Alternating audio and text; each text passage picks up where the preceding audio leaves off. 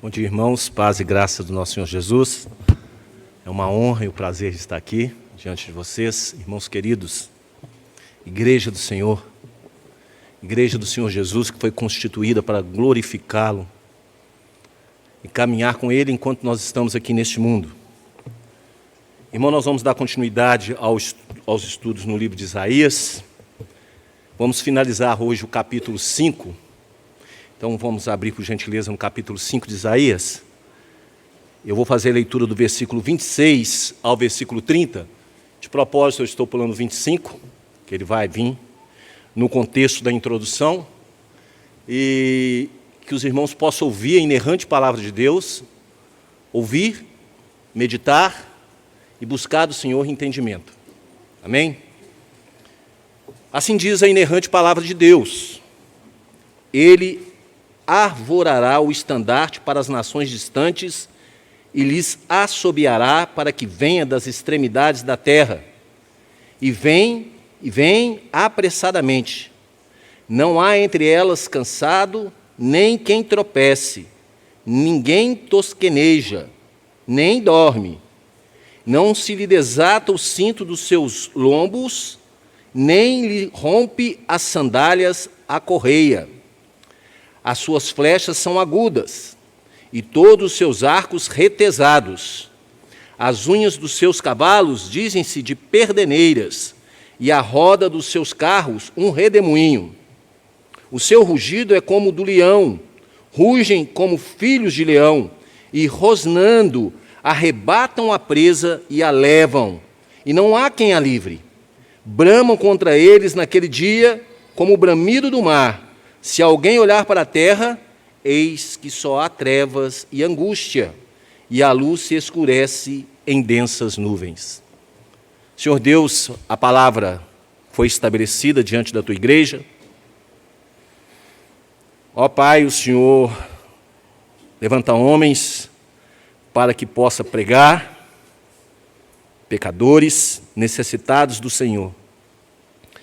Então, seja com todos nós, é o que te rogamos, com todos nós que estamos aqui.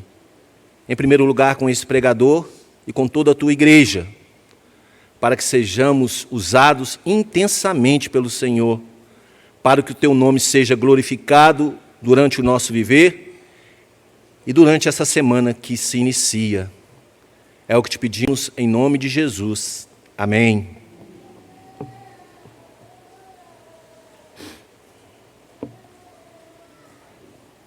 Igreja do Senhor, Cristo vai destruir os ímpios. Vocês entenderam? Cristo vai destruir os ímpios.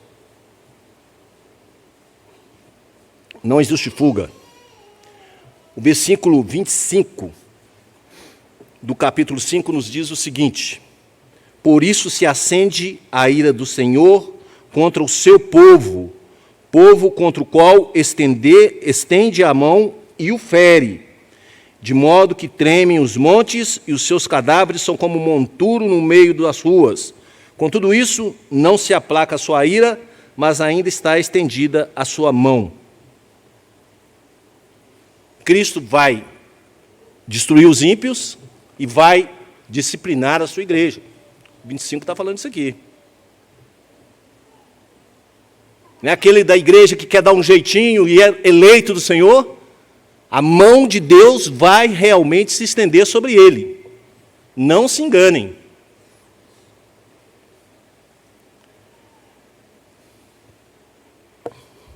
Vocês lembram do primeiro capítulo de Isaías? O primeiro, o segundo, o terceiro e o quarto, nós estamos no quinto.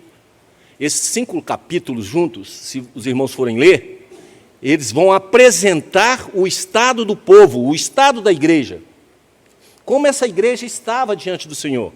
Igreja que ia ao templo, igreja que sacrificava animais, igreja que cumpria todos os rituais a elas determinados. E aqui, nos primeiros 5 capítulos de Isaías, Deus mostra, através do profeta, a igreja, a Judá, a Jerusalém e a igreja presbiteriana da Pampulha, o seu estado. Não foi isso que o nosso reverendo Ricardo colocou aqui? Ao falar sobre os dízimos, que aquele contexto de lá não pode ser trazido para cá, se não expressar a mesma coisa que Deus falou lá. E nada é por acaso na palavra de Deus. Por que Deus levantou o reverendo para falar essa situação específica? Porque é a realidade, é a verdade que tem que bater no nosso coração e tem que transformar o nosso coração. Porque se não transformar o nosso coração, somos ímpios. Somos ímpios. Você se sente inquieto com o seu pecado? Se você sente, é porque você está vivo, e quem te faz viver é o Espírito. Se você não sente, você é um cadáver, que vai estar amontoado no final dos tempos. Nesse contexto aqui do versículo 25, o Senhor fala que Isaías fala que o Senhor estende a mão, que é como um tremor de um vulcão, que vai tremer toda a terra, e vai matar pessoas. Um vulcão que expande num determinado momento, jogando suas larvas, pedras, cinzas, a milhares e milhares, às vezes, de metros e quilômetros de distância. Ele destrói as pessoas, ele destrói as casas, mata as pessoas, trazem falta de ar. Essa mesma situação que o profeta está colocando aqui é similar ao que vai acontecer quando Deus estender sua mão sobre a sua igreja. Quando Deus estender naquele contexto sua mão sobre Judá e sobre Jerusalém. Irmãos, desde o capítulo 1, Deus está clamando para Israel e clamando para você. No capítulo 1, Deus chama ao arrependimento a sua igreja, a nação pecaminosa, um povo carregado de iniquidade que o abandonara. O Senhor envia Isaías e chama sua igreja a quê? Ao arrependimento. Aqui que Deus está te chamando hoje. Por que você está aqui? Arrependei-vos, porque o reino do céu está próximo. Não é assim que o Senhor disse? Vinde, pois, vamos conversar, diz o Senhor. Ainda que os vossos pecados sejam como a escarlata, e eles se tornem brancos como a neve, eles se tornarão brancos como a neve.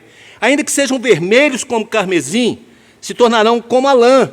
Se quiserdes e me ouvirdes, igreja do Senhor, se quiserdes e me ouvirdes, é isso que Isaías falava à igreja. Se quiserdes e me ouvirdes, comereis o melhor desta terra, mas se recusardes e fordes rebeldes, sereis devorados à espada, porque a boca do Senhor o disse.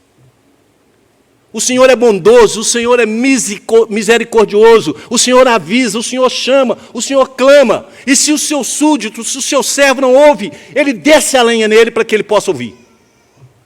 Porque ele não dispensa quem ele escolheu. Lá em João, o Senhor Jesus não fala: em nenhum do que me deste, Senhor, lancei fora ou lançarei fora. Então Deus vai quebrar você, vai quebrar a mim, vai quebrar qualquer um dos eleitos dele aqui presente, para que se ajoelhe e confesse que o Senhor Jesus é Rei e poderoso sobre todas as nações. O Senhor Deus, no capítulo 2, mostra ao povo a glória futura de Israel. Da mesma forma que Deus chama o povo para conversar no capítulo 1, fala para o povo: olha, vem para mim, eu resolvo o seu problema, eu sou a única solução do seu problema, seja ele físico, espiritual, emocional, eu resolvo, eu sou o Deus. O seu Deus. Mas depois que Deus vai te dar aquela trancada, né? Te dar aquela empurrada, Ele te chama, Ele fala: olha, eu estou te mostrando aqui, mas eu vou te mostrar o que eu vou fazer desse povo. Eu vou mostrar para vocês o que Ele vai dar origem. E Ele vai dar origem à glória futura de um Israel espiritual. E convida lá naquele contexto a casa de Jacó a se posicionar em um lugar de eminência. Não se pode colocar a luz aonde? Debaixo da cama. Ele convida a casa de Jacó a se posicionar num lugar de eminência, onde a luz esteja exposta e iluminando todas as trevas. Por que Deus chama Israel? Por que Deus se entristeceu com Judá? Por que Deus se entristeceu com Jerusalém? porque Ele os trouxe para ser luz. E eles não foram luz aos povos que estavam ao seu redor. E lá em Isaías 2,6 nos diz o seguinte: pois tu, Senhor, desamparaste o teu povo. Por que Deus desamparou o seu povo? A casa de Jacó. Por que Deus desamparou a casa de Jacó?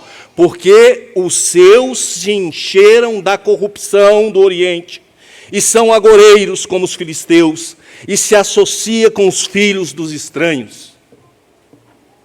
Vocês entendem, irmãos queridos, que Deus aqui não é Deus de vara e chicote? Que Deus aqui é um Deus que fala: olha, vem, eu te dou socorro, e olha o que eu vou fazer com vocês, mas eu vou abandonar vocês, porque vocês se amalgaram ao mundo. Nós estamos aqui, eu e vocês, nós estamos aqui. Eu tenho certeza que, se formos avaliar a nossa vida, quantas vezes nós não nos amalgamos no mundo? Quantas vezes, às vezes até de forma assim, bem consciente, nós nos deixamos levar pelas alegrias passageiras que o mundo nos dá. Irmãos, a igreja do Senhor não diz que ser alegre e ser feliz é errado. A igreja do Senhor nos diz que andar fora de Cristo é morte. É morte. Vocês lembram que lá no capítulo 3, quando nós estudamos, Deus determina que Jerusalém e Judá sejam disciplinadas? Está lá em Isaías 3,8. Porque Jerusalém está arruinada e Judá caída, porquanto a sua língua e as suas obras são contra o Senhor, para desafiarem a glória da sua presença. E declara que serão levados cativos por seus inimigos. Você está sendo levado cativo pelo seu pecado, meu irmão? Meu irmão, minha irmã querida, queridos filhos aqui presentes, estamos sendo levados cativos pelo nosso pecado? Qual o pecado que está te aprisionando? Te apartando de Deus? E, finalmente, no capítulo 4, para lembrar a igreja do que foi colocado aqui, por misericórdia e graça, os escolhidos, os remanescentes que estão no mundo, contudo, não são do mundo, ouvem da boca do profeta que, passado o tempo de disciplina, o Senhor estabelecerá um novo dia. Naquele dia, o renovo do Senhor será de beleza e de glória, e o fruto da terra, orgulho e adorno para os de Israel que forem salvos. Isaías 4, 2. Nós que estamos aqui, nós temos a esperança de que naquele dia, todo esse esforço, porque o Evangelho é alcançado, a palavra de Deus é vista, a palavra de Deus é entendida por esforço. Não que é o esforço do homem que vai trazer entendimento, mas o homem é responsável por se esforçar dia após dia a perseverar na palavra. E aqueles que se esforçam, sofrem. Os que se esforçam sofrem, porque são diferentes, porque nadam contra a correnteza, porque são cobrados dia após dia, porque deles se falam os ímpios, riem. Ô, seu bobão, você dá dízimo? Ô, seu bobão, você acha que aquele pastor ali não está fazendo a sua cabeça, não? Sofrem nas escolas. Ô, Bíblia, por que você está aqui na escola? Que isso, rapaz? Que isso, menina? Vamos mais para outro lugar. Aqui não é o seu lugar, não. Você é tão bonito, ou você é tão bonito.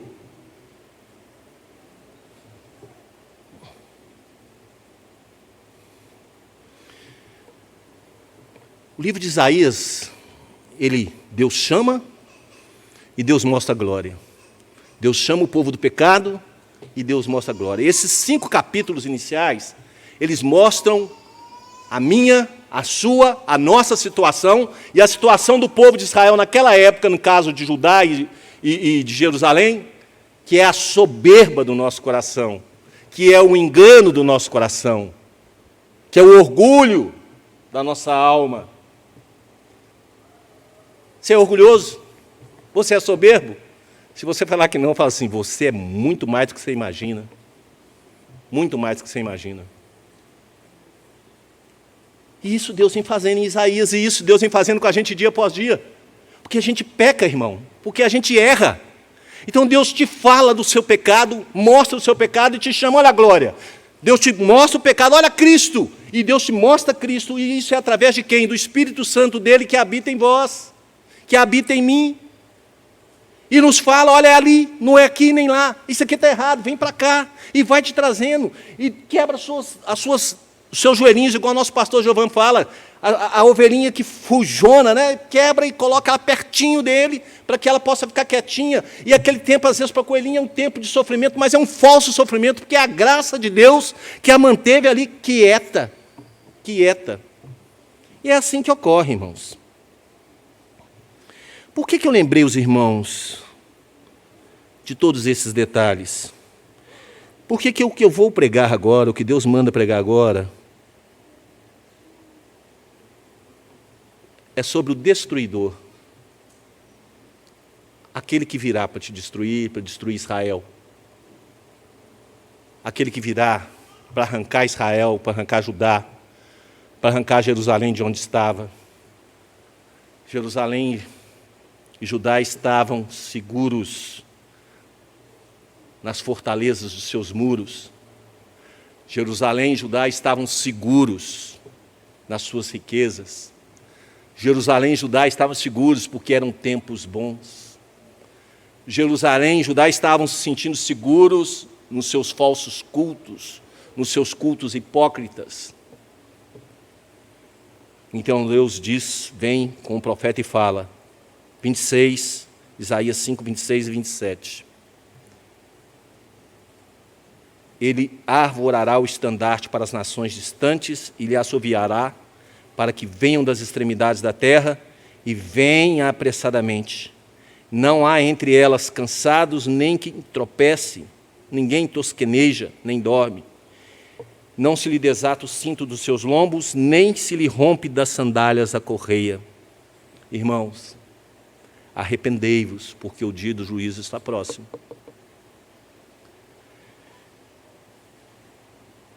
Para João Calvino, esses versículos aqui podem falar de 3 nações que Deus está convocando.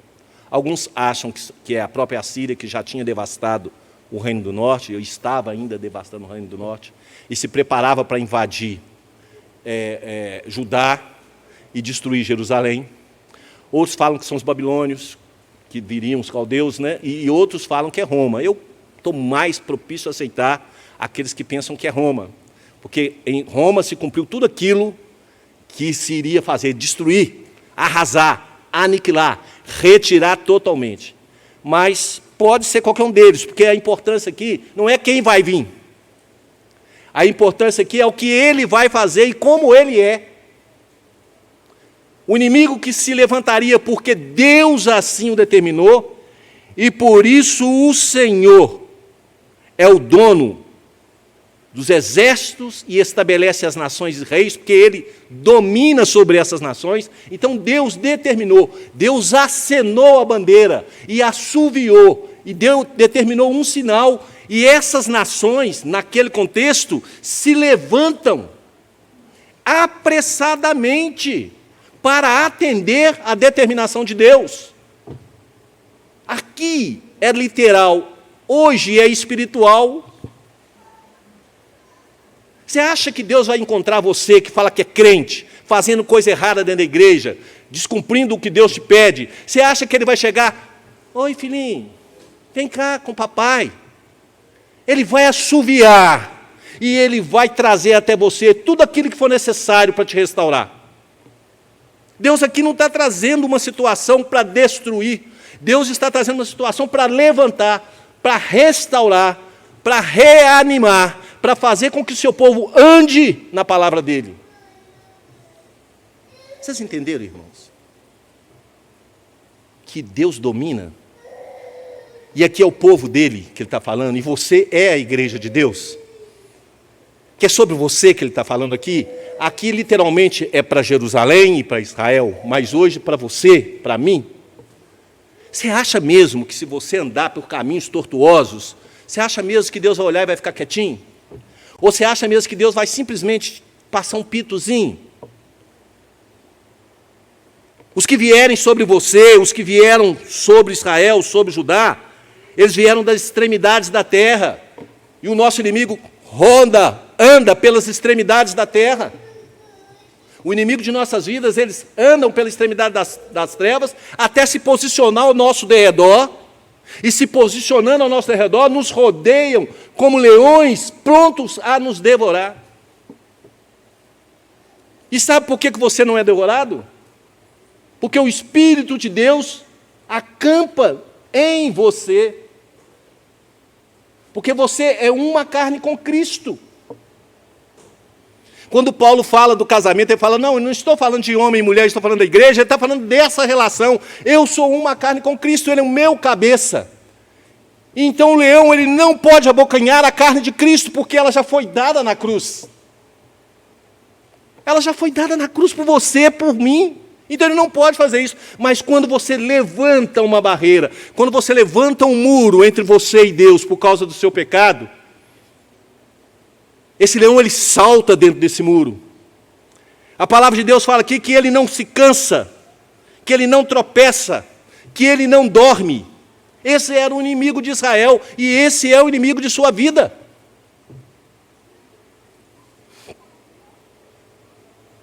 Ele está sempre preparado, ele não tira as vestimentas, ele não tira a armadura. Aquele inimigo, literalmente lá que Deus traria, seria um exército treinado, um exército competente, que barreira nenhuma iria pará-lo. E hoje, no mundo espiritual, a sua proteção é Cristo.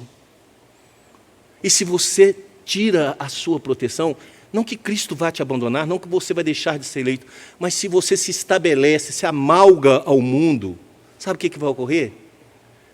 Para que você seja estornado a Ele, por Ele mesmo, Ele vai decretar que você seja arremessado no fundo do poço, para ao ser tirado de lá, venha quebrantado e se dobre diante dEle. Isso está na nossa confissão de fé, meus irmãos. Não se enganem, irmãos, se arrependam,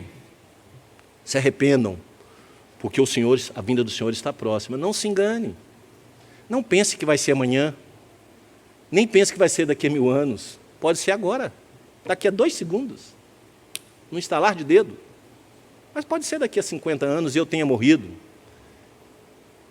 e alguns de vocês estejam vivos. Não é importante o tempo, não é importante a quantidade, não é importante quem é, o importante é vigiar e orar o tempo todo, e que Cristo te ache preparado para Ele. Cristo é o destruidor implacável dos insubmissos, da insubmissão, daqueles que não querem. Está escrito aqui em Isaías 28 e 29 o seguinte: as suas flechas são agudas e todos os seus arcos retesados. As unhas de seus cavalos dizem-se de perdeneira, e as rodas dos seus carros um redemoinho. O seu rugido é como do leão, ruge como filhos de leão, e rosnando arrebatam a presa e a levam, e não há quem as livre. Naquele contexto, Deus está falando que as armas daquele exército que viria, exército mesmo, homens, soldados, catapultas, viriam, eles teriam armas de qualidade, espadas do melhor aço, flechas com pontas altamente penetrantes, carroças conduzindo cavaleiros com rodas que eram tão velozes que ao rodar, ao olhar para essas rodas, pareciam redemoinhos.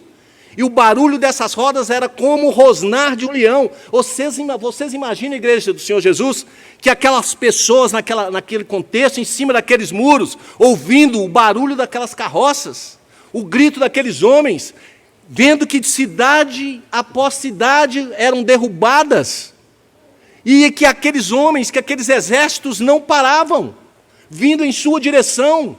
Você não tem para onde correr, de um lado é um muro, do outro lado é outro. E você sabe que você ergueu um muro ao seu redor, e esse muro já não protege mais, porque o protetor desse muro já não está mais presente entre você.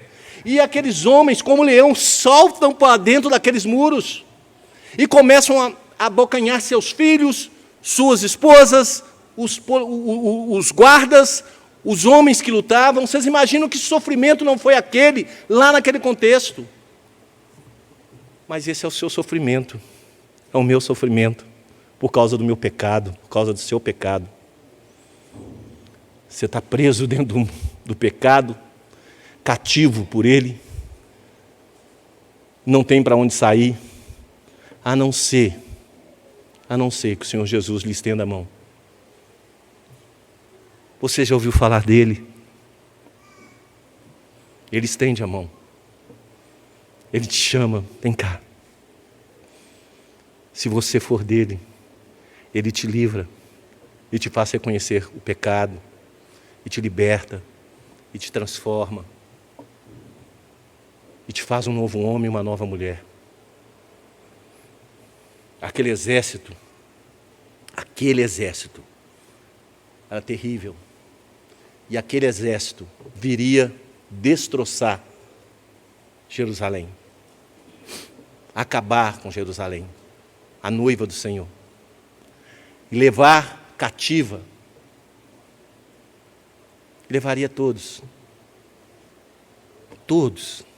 o lobo e a ovelha, levaria todos.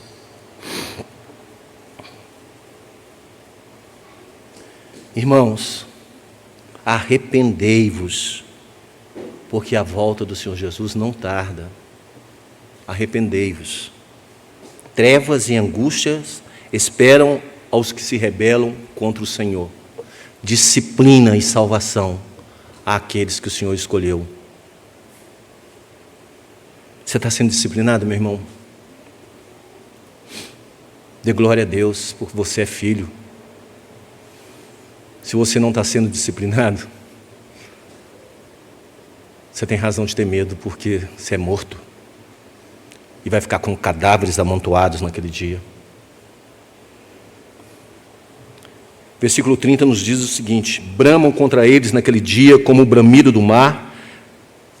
Se alguém olhar para a terra, eis que só há trevas e angústia, e a luz se escurece em trevas. Aqui, Isaías está falando para o povo o seguinte, que aquele exército que viria, ele seria, numa figura de linguagem, ele seria como uma onda do mar, como uma represa que se arrebenta e vem sobre você, e vem sobre a terra. Que aquele exército, seja ele os sírios, assírios, seja ele os caldeus, ou seja ele os romanos, que ele viria como essa enxurrada, e levando tudo, e deixaria atrás de si apenas desolação. Deus primeiro chama Judá e chama Jerusalém ao arrependimento. Eles têm um exemplo do Reino do Norte, que foi destruído. Mas o que eles disseram? Não faremos. Não faremos. Foi isso que eles disseram, não faremos. Na hora, acredito eu, na hora que o pregador, na hora que Isaías estava pregando, falando, os corações estremecem. Mas na hora que sai naquela porta, não faremos. Nem nos esforçaremos. Mas aquele que se esforçar, bendito de Deus, terá Cristo ao seu lado, caminhando, e se cair, te erguendo, te colocando no colo muitas vezes, porque você saiu daqui e buscou viver. Vai cair, irmão? Vai. Mas Deus vai olhar para você, porque Ele é que sonda o meu coração. Sonda-me, ó Deus, e vê o meu coração. É Ele. E Ele vai saber por que você caiu. Ele vai, vem cá. E Ele vai te pegar. Mas se você não é dele, você vai continuar levantando muros e muros mais altos, para que naquele dia, quando Ele voltar, você não vai ter para onde fugir. Não vai ter. Vamos aplicar, irmãos, esse texto?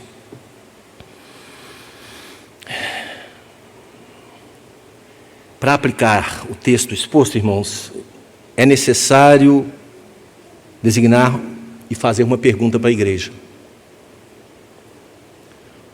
O que fazer com uma igreja que se declara cristã, ou com um homem ou uma mulher que se declara cristã, contudo, é fria e nem é quente? Vocês lembram de Deus no capítulo 5? O que é que eu não tenha feito pela minha vinha? O que é que eu não fiz? Me fale, vocês que estão me ouvindo, o que é que Deus não fez por nós? Ele deu o seu Filho unigênito para morrer morte de cruz. Você faria isso com seu filho? Para morrer por pecadores, por quem te odeia? Ele fez isso. O que fazer? Quando eu estava fazendo esse texto, trabalhando nesse texto, eu lembrei de Saul e de Davi. Vocês entendem Saul e Davi? Todos dois escolhidos por Deus para serem reis. Por que um se perdeu e o outro não, sendo que os dois eram pecadores? Aliás, o que era servo de Deus, não que nós tenhamos que fazer isso. Fez coisa muito pior. Muito pior. Saul foi o rei que, apesar de ter começado bem seu reinado, acabou de maneira muito triste e bastante afastado de Deus. Sua trajetória foi a de uma pessoa impaciente, que não esperava para fazer as coisas do jeito certo, que descumpria aquilo que Deus mandava e que, quando resolvia obedecer, era de forma incompleta. Quem é assim aqui? Como Saul. E Davi? Davi foi um rei que, em determinado momento de sua história, cometeu gravíssimas infrações da lei divina. Desrespeitou pelo menos 3 dos 10 maiores mandamentos, cobiçou o que não lhe pertencia, cometeu adultério e assassinou. Além disso, agiu com deslealdade e hipocrisia com as pessoas que lhe eram fiéis e dedicavam a vida para a defesa do reino. Qual dos dois é pior? Todos os dois são miseráveis pecadores, destituídos da graça de Deus, andavam para o inferno. Mas por que Deus, mais uma vez, hoje foi pregado, que se agradou de Abel, da oferta de Abel e não se agradou da oferta de Caim? Por que Deus não se agradou de Saul e se agradou de Davi? Por quê? Ambos estavam afastados de Deus. Você está afastado de Deus? Afastado de Deus? Ambos estavam afastados de Deus. Contudo, no coração de Davi, houve arrependimento eficaz, quebrantamento de espírito. Davi deixou de ser morno diante de Deus. Você anda como morno diante de Deus, onde você está? Ou você é quente? Porque a palavra de Deus fala que é preferível você ser ímpio, frio, não conhecer nada de Deus, não ter conhecimento das coisas de Deus, do que ser morno.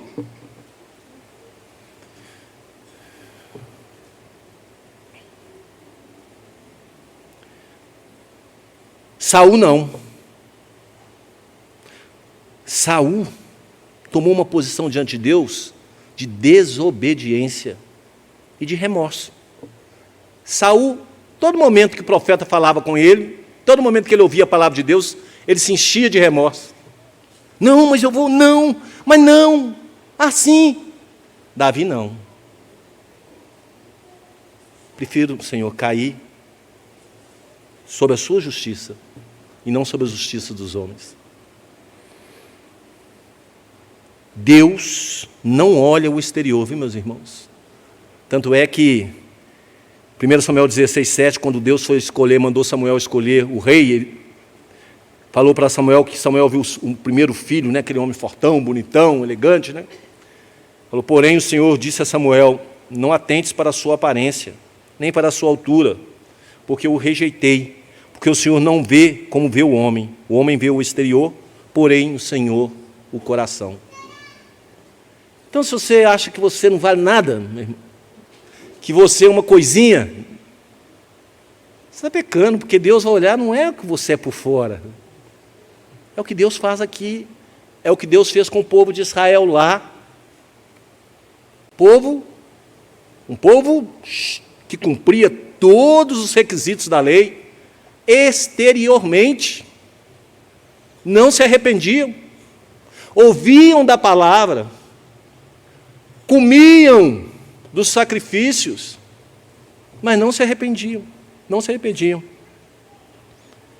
Então, irmãos, para responder essa pergunta e encerrar a nossa pregação, o que fazer com uma igreja que se declara cristã, contudo não é fria e nem é quente? E o Senhor nos responde: conheço as suas obras, que nem és frio nem quente. Quem dera fosse frio ou quente, quem dera. Assim, porque és morno, e nem és quente nem frio, estou a ponto de vomitar-te da minha boca. Pois dizes, estou rico e abastado, e não preciso de coisa alguma, e nem sabe que tu és infeliz, sim, miserável, pobre, cego, nu. Aconselho-te, olha, é Deus falando, aconselho-te que de mim compres ouro refinado pelo fogo para te enriqueceres, vestiduras brancas para te vestires, a fim de que não seja manifesta a vergonha da tua nudez, e colírio para ungires os olhos, a fim de que vejas. Eu repreendo e disciplino os quanto amo. Eu repreendo e disciplino a quantos amo.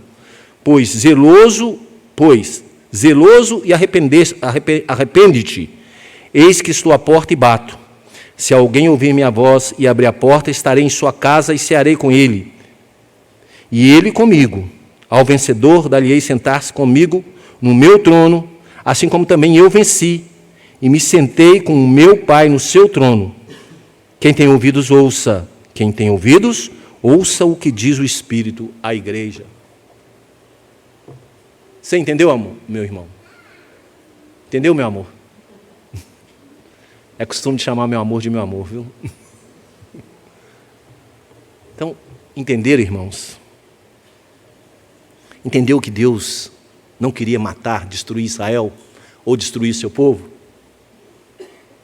Deus chega e encontra o seu povo agindo de maneira inadequada. Então o que ele faz? Ele traz disciplina sobre ele. Não é aquela visão, você está em pecado, por isso que você está aí nessa situação de... Não, é porque você está pecando mesmo, e o Senhor, porque Ele te ama, mesmo que você não mereça, porque Ele te quer, porque Ele te deseja, Ele vem e traz a disciplina para que você seja resgatado por Ele. É isso que Deus está te falando. Então Ele aconselha na disciplina, aconselho-te, fique rico de Deus. Sobeje em sua vida a palavra de Deus. Seja luz aonde quer que você esteja. Aprenda a enfrentar com Cristo todas as adversidades que vierem sobre você, inclusive os deboches, as críticas. Não bata e dê de volta. Isso é costume de pecador como nós. Mas não faça isso. Ore. Se for preciso, silencie. Se for preciso, costure a sua boca. Ou então arranque um olho para você não ver o que está fazendo contra você. Mas se esforce.